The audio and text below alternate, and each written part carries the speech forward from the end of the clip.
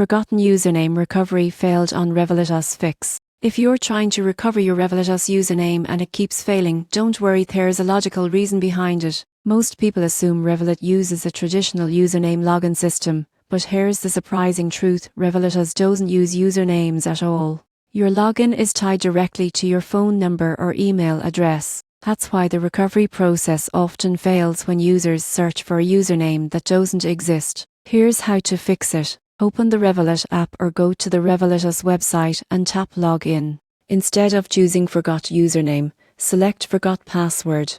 Then enter your registered phone number or email. Revolut will send you a secure link or code to verify your identity and restore access. If you've changed your phone number since signing up, this is where things can get tricky. You'll need to contact Revolut support through their online help center. Provide your old number, your full name, and any transaction details to confirm ownership.